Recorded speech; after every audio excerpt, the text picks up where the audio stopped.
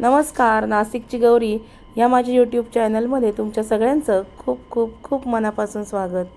सगळ्यांना शुभ दुपार सगळ्यांना। आणि अतिशय कडाक्याचं ऊन असं पडतं आता, खरा उन्हाळा सुरू झालाय। आता मी देवीला गेले होते बाजारामध्ये, आमची सांडवेवरची देवी आहे तिथे दर्शनाला जाते दर शुक्रवारी मी। तरी म्हटलं येता येता छान कैऱ्या दिसल्या, हिरव्यागार कैऱ्या बाजारात आलेल्या आहेत।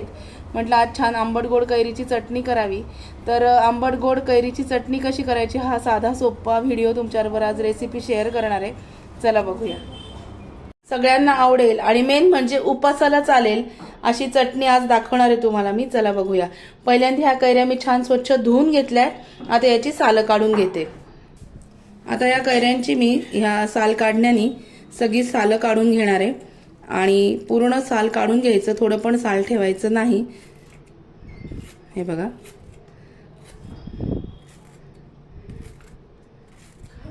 अशा दोन्ही कैऱ्यांची मी सालं काढून घेते आणि मग बोलते तुमच्याशी परत। ही कैऱ्यांची सालं काढून घेतली आहेत मी।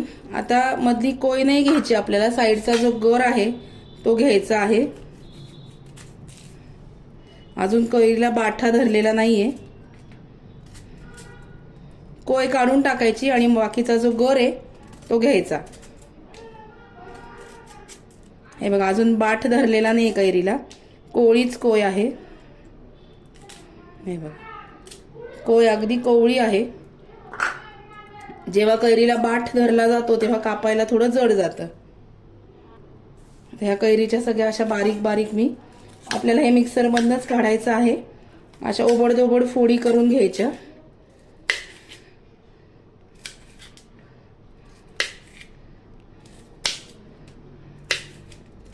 हे बघा,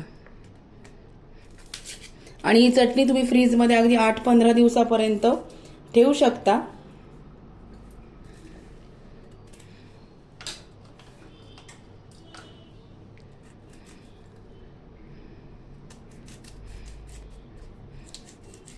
हे बघा, अशा जाड जाड फोडी करून घ्यायच्या, कारण मग आपल्याला हे मिक्सर मधनच काढायचं आहे। या कैरीच्या मी फोडी करून घेते आणि मग बोलते तुमच्याशी परत। हे बघा, इथे ही कैरी चिरून घेतली। 2 मीडियम आकाराच्या कैऱ्या होत्या। 1 वाटी भाजलेले दाणे, मोठी 1 वाटी गुळ, ही गुळ पावडर आहे। तुम्ही गुळ पण चिरून घेतला तरी सुद्धा चालेल। जिरे लागणार आहेत आपल्याला थोडे, मीठ आणि तिखट लागणार आहे। आता पहिल्यांदा आपण ह्या मिक्सरच्या भांड्यामध्ये दाणे, गुळ, ही कैरी, या फोडी कैरीच्या याच्यामध्ये तिखट घालायचं। तिखट तिखट आता जिरे घालूया। साधारणतः 2 चमचे जिरे घालायचे।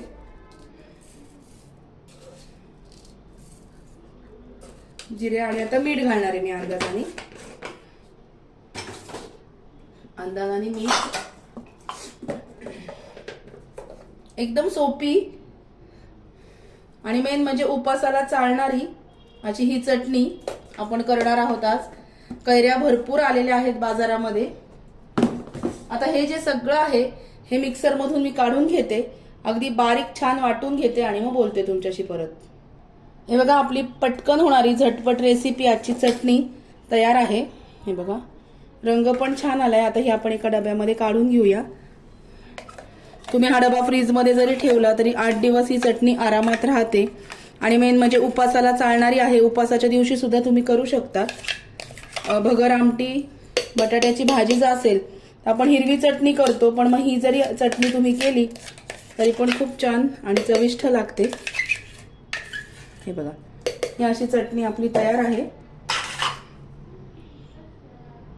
अशा पद्धतीने कैरीची पटकन होणारी झटपट रेसिपी चटणी आंबट गोड कशी करायची ते तुमच्याबरोबर आज व्हिडिओ शेअर केला। नक्की करून बघा। आणि बहुतेकांच्या दारामध्ये आंब्याची झाडं असतातच अंगणात। 2 कैऱ्यांची चटणी खूप छान होते, नक्की करून बघा। आजचा व्हिडिओ जर आवडला असेल तर व्हिडिओला लाईक करा, शेअर करा आणि सबस्क्राईब करायला विसरू नका। भेटूया अशाच नवीन व्हिडिओमध्ये नवीन विषयाबरोबर उद्याला। तोपर्यंत स्वतःची काळजी घ्या। Bye bye, take care.